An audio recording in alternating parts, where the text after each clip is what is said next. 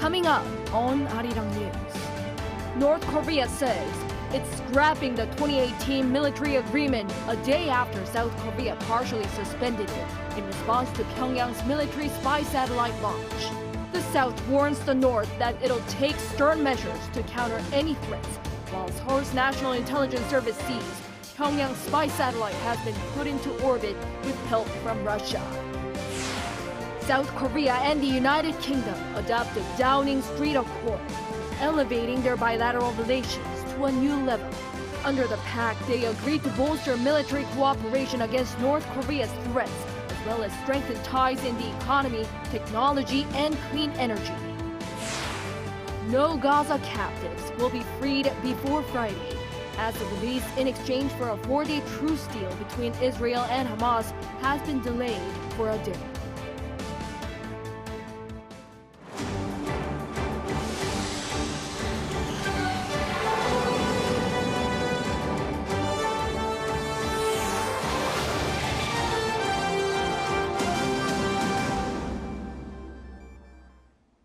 Good evening. It's 9 p.m. here in Seoul.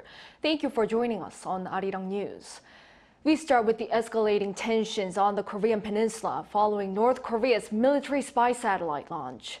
Pyongyang says it's ending the 2018 Inter-Korea military agreement a day after Seoul partially suspended the accord in response to the satellite launch.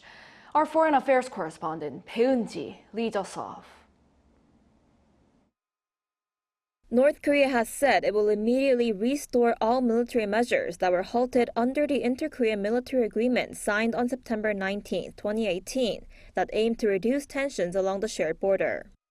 The North's defense ministry announced this in a statement on Thursday morning, saying that it will no longer be restrained by the agreement. It also said that it will deploy stronger armed forces and new weapons near the border. The move comes a day after South Korea approved a partial suspension of the Inter-Korean agreement as a response to the regime's recent spy satellite launch.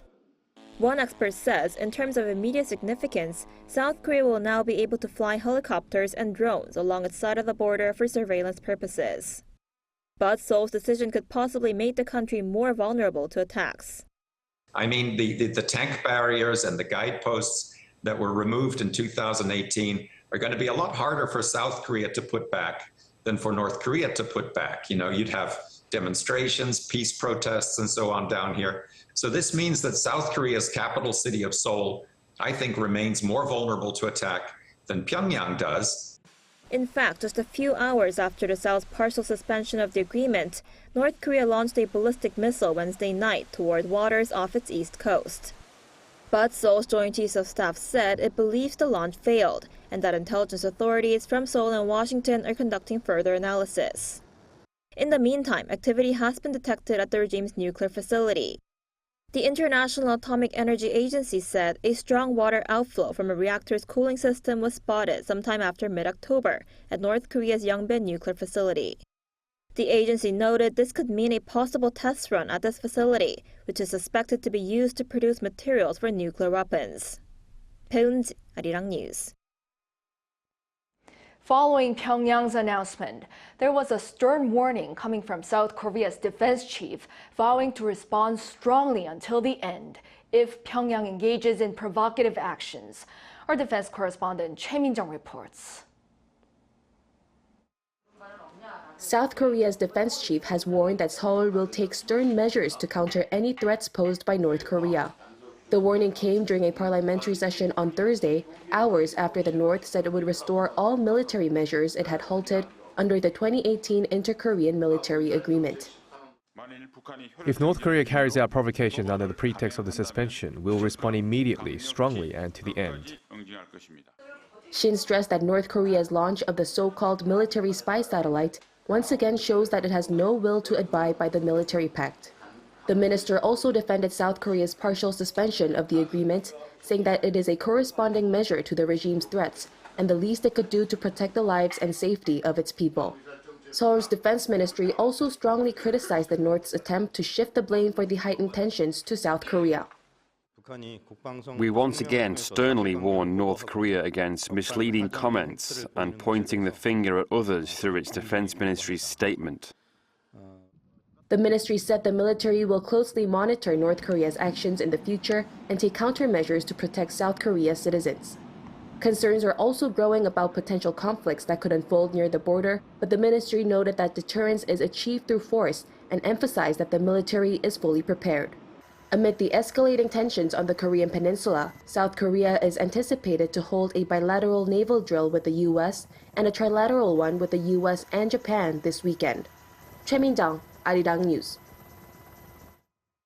In the meantime, South Korea's National Intelligence Service sees North Korea's reconnaissance satellite launched yesterday has reached orbit with help from Russia. Our Lee Si-hoo reports. South Korea's National Intelligence Service perceives that North Korea has successfully launched what the regime claims is a reconnaissance satellite into orbit. This is according to lawmaker Yoo Sang-bum, the vice chairperson of the Parliament's Intelligence Committee, on Thursday after receiving a briefing from the NIS. Lawmaker Yoo, quoting the NIS, says that Russia may be involved.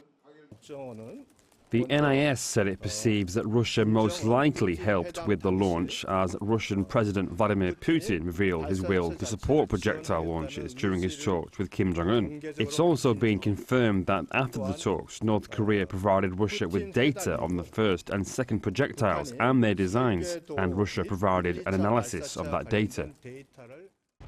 North Korea launched a military reconnaissance satellite on Tuesday.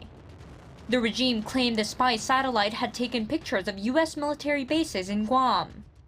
But the National Assembly's Intelligence Committee says this has yet to be confirmed based on South Korea's analysis of the obtained satellite from Pyongyang's failed launch in late May. Considering how it normally takes 3 years to develop new satellites, unless North Korea releases footage of Guam, the circumstances do not show the satellite's capabilities. The Intelligence Committee's other vice chairperson, lawmaker Yoon Gun-young, said the actual pictures needed to discern the satellite's capabilities. The specific picture needs to be confirmed to tell whether it's a reconnaissance satellite or whether it lacks the capabilities to be a reconnaissance satellite. As for a subsequent launch, lawmaker Yoon says it will be difficult. It will be difficult to launch additional satellites within this year. But the NS did say that they are considering the possibility. Lawmaker Yoon said that there are no signs of North Korea's 7th nuclear test, including in the village of Punggye-ri, housing the regime's nuclear test site. Lee Si-hoo, Arirang News. Over in the UK, South Korean President Yoon Suk-yeol and UK Prime Minister Rishi Sunak declared the Downing Street Accord, having elevated the two nations' ties to a new level. What took center stage was key military cooperation to counter North Korea's nuclear and missile programs. Our Oh Soo-young reports from London. South Korea and the United Kingdom will develop cutting-edge military technologies to neutralise North Korea's nuclear and missile threat. President Yoon Suk-yeol and Prime Minister Rishi Sunak on Wednesday jointly declared the Downing Street Accord, upgrading their bilateral ties to a global strategic partnership. The set of documents lay out key areas of cooperation in security and defence, science and technology, trade and energy, as Britain tilts its strategic interest towards the Indo-Pacific, which accounts for more than 60% of global trade and GDP. The two countries have a shared interest in promoting peace and stability amid geopolitical clashes in the region. As technology blurs the line between national and economic security, spurring a rivalry for supremacy in advanced high-tech areas, Seoul and London will deepen their tech cooperation and work to develop artificial intelligence and quantum technology for military use. If AI and digital technology are utilised in quantum military technology, quantum sensing and control could thwart enemy missile launch attempts, cause malfunctioning in the propulsion and separation stages, and neutralise the trajectory from hitting the planned target point.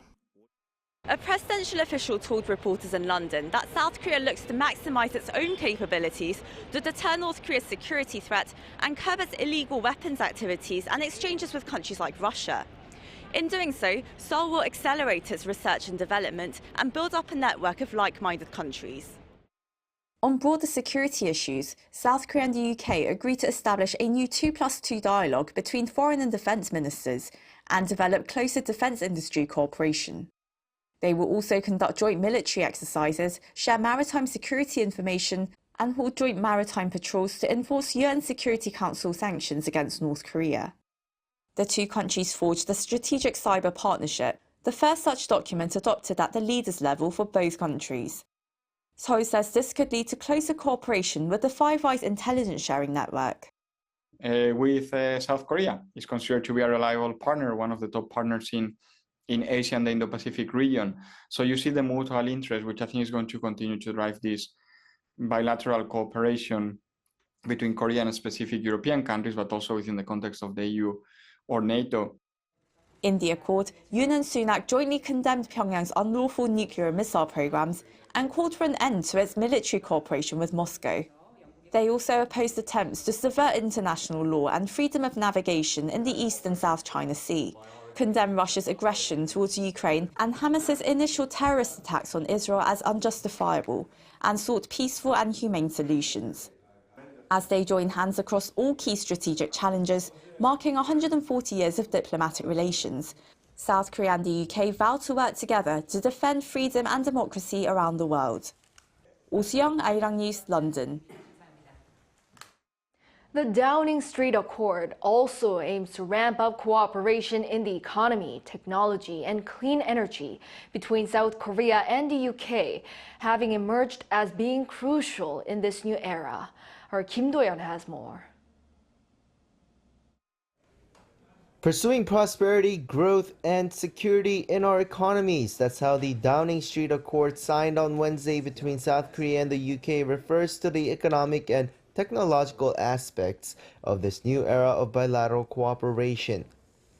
There are 26 items included in the second chapter of the accord, with notable achievements being the ROK-UK Framework for Semiconductor Cooperation, the ROK-UK Supply Chains Dialogue, and the ROK-UK Digital Partnership, and a key focus on supply chain protection.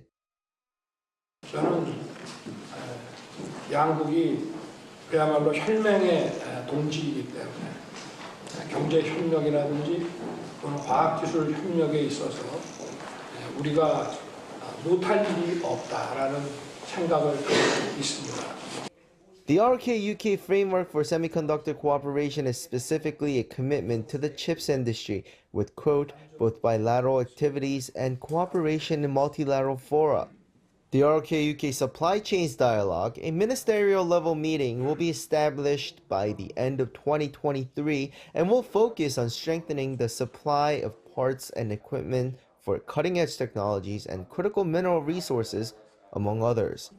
The ROK-UK Digital Partnership will create a forum at the vice ministerial level to discuss telecom supply chain diversification, semiconductors, artificial intelligence, and cybersecurity. In addition, the accord aims to modernize a free trade agreement to, quote, reflect the importance of emerging trade agendas such as supply chain resilience, digital economy, and energy cooperation. In the meantime, the diplomatic accord acknowledges the importance of the MOU on space cooperation as the two will work together on satellites tackling space debris and Earth observation technology. The third part of the accord focuses on, quote, delivering a sustainable, secure, and resilient future. Among the 11 items under this third and final part is the ROK-UK Clean Energy Partnership. A key feature of the achievements in this field is the concentration of efforts to spread carbon-free energy centered around nuclear and offshore wind power. The two countries are also set to hold regular high-level meetings to discuss progress in achieving net zero by 2050. In the meantime, President Yoon also showed his ambition to build from the Downing Street Accord as he attended a banquet hosted by the Lord Mayor of the City of London, Professor Michael Mainelli, on Wednesday night.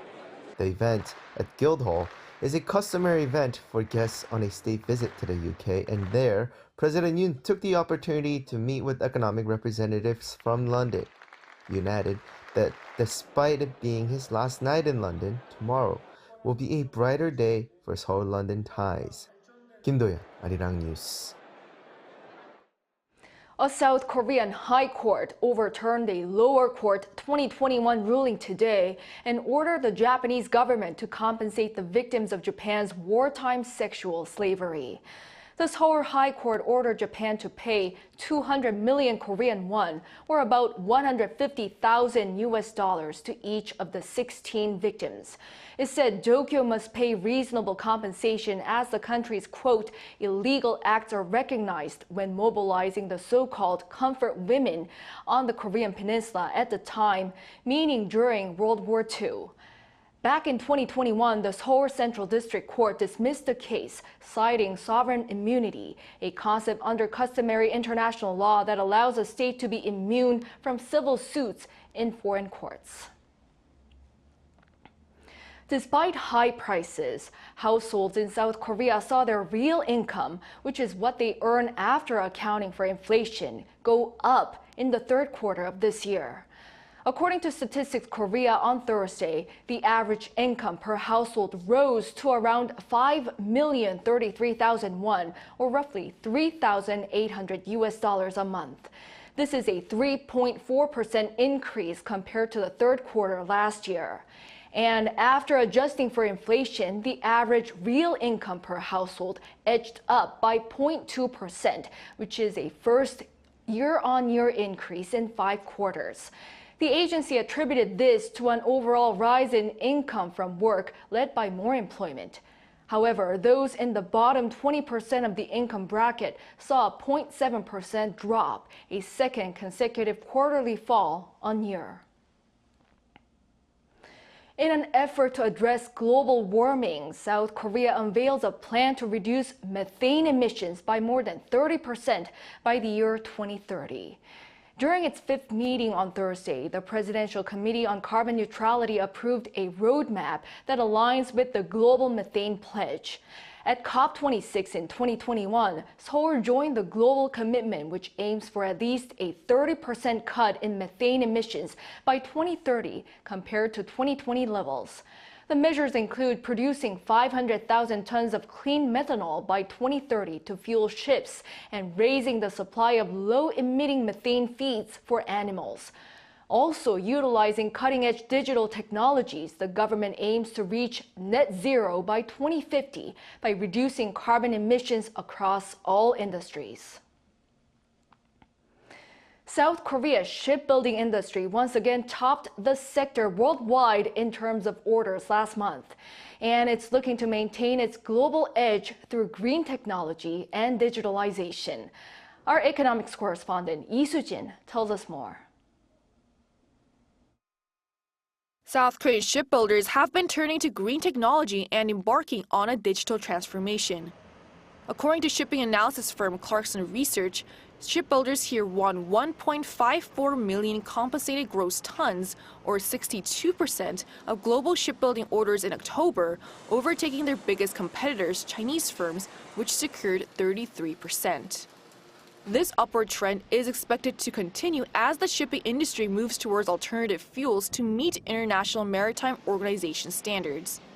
The IMO, a UN agency that regulates global shipping, revised its greenhouse gas strategy in July to aim for net zero emissions by around 2050. And it's not just big shipyards that are making headway in developing green technologies. This ship right here, operated by a local port authority, is Asia's first LNG-fueled ship. It uses truck-to-ship bunkering, where LNG is transferred from a truck to a ship, as well as an alternative maritime power system, where ships in port use electricity from the national grid, rather than generating their own using diesel generators. Most of these operations, such as the LNG bunkering, have also been digitalized and can now be managed from a command post on the ship's bridge. There are also smart shipyards such as one in Hanwha Ocean, where robots and virtual reality are used in the building process to increase efficiency and shorten development cycles. We are working towards incorporating the latest ICT technologies to connect the entire shipyard and establish a smart and secure development system that can be operated autonomously. It has also established a high-tech lab dedicated to researching ways to prevent sloshing or liquid movement that can damage tanks that contain liquid fuel such as LNG.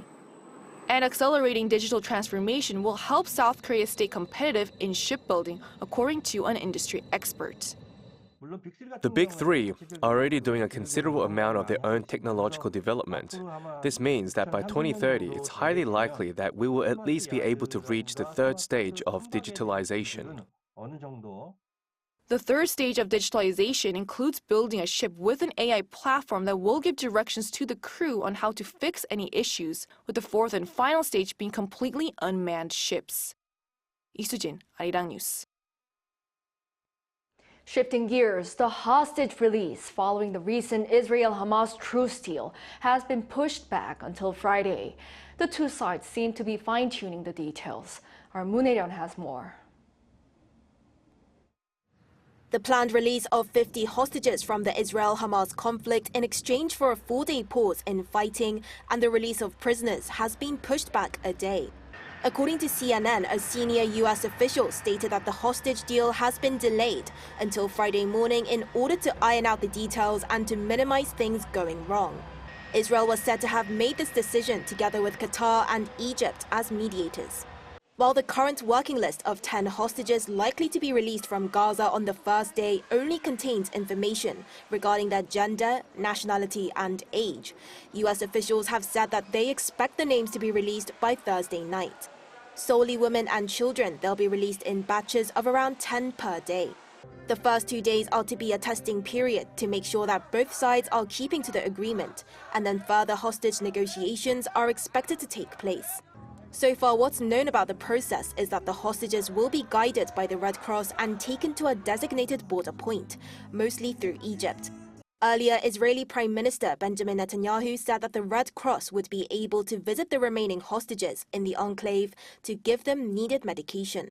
In exchange, Israel has agreed to a temporary 4-day ceasefire in Gaza and free Palestinian prisoners in Israel with the exception of people it said are murderers. With this latest development, world leaders are calling on both parties to hold up their side of the deal and are hopeful that this could be the start of positive developments. The Prime Minister of Qatar shared on his social media his hopes for serious talks for a comprehensive and just peace process. Humanitarian aid from overseas is also expected to pour in during this crucial period.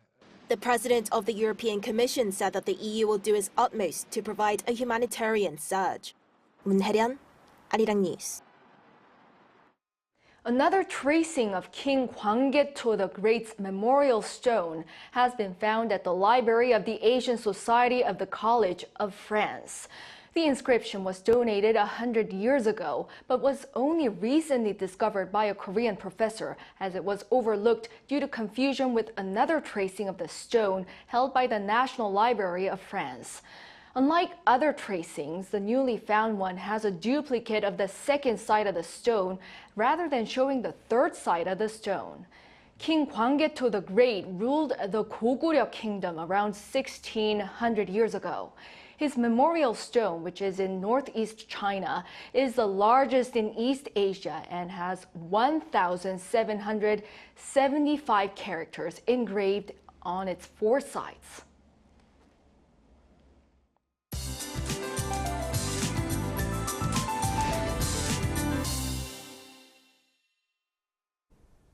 Much frigid conditions are set to sweep across the nation tomorrow. A drastic drop in the readings will be seen for most inland regions, including here in Seoul. Lows will be plummeting to -4 degrees Celsius, but temperatures will feel close to -7. Other regions such as Daegwallyeong and Gangwon-do province will be much colder. Snows in the forecast for western parts of the country tomorrow. Parts of Chungcheong-do and Jeollado provinces will see 1 to 3 centimeters of snowfall. Gangwon-do province will see around 1 centimeter. With temperatures plummeting significantly down to sub-zero figures, icy roads are possible for the morning. Please drive with extra caution.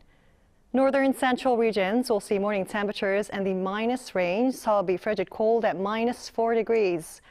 As for the daily highs, Seoul will get up to 2 degrees, Daejeon 4, Daegu and Gyeongju will be topping out at 6 degrees. Frigid spells will continue to prevail for the remainder of the week. Next Monday, the extreme cold will take a brief respite. That's all for now, and here are the weather conditions around the world.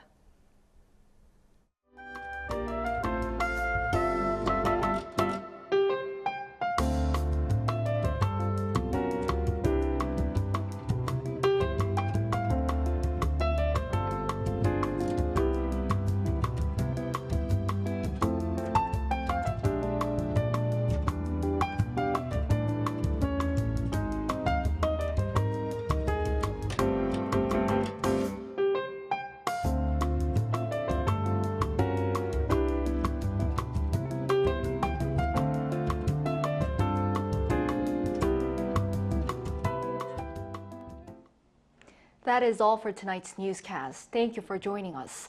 We'll be back tomorrow with the latest newscast. Good night.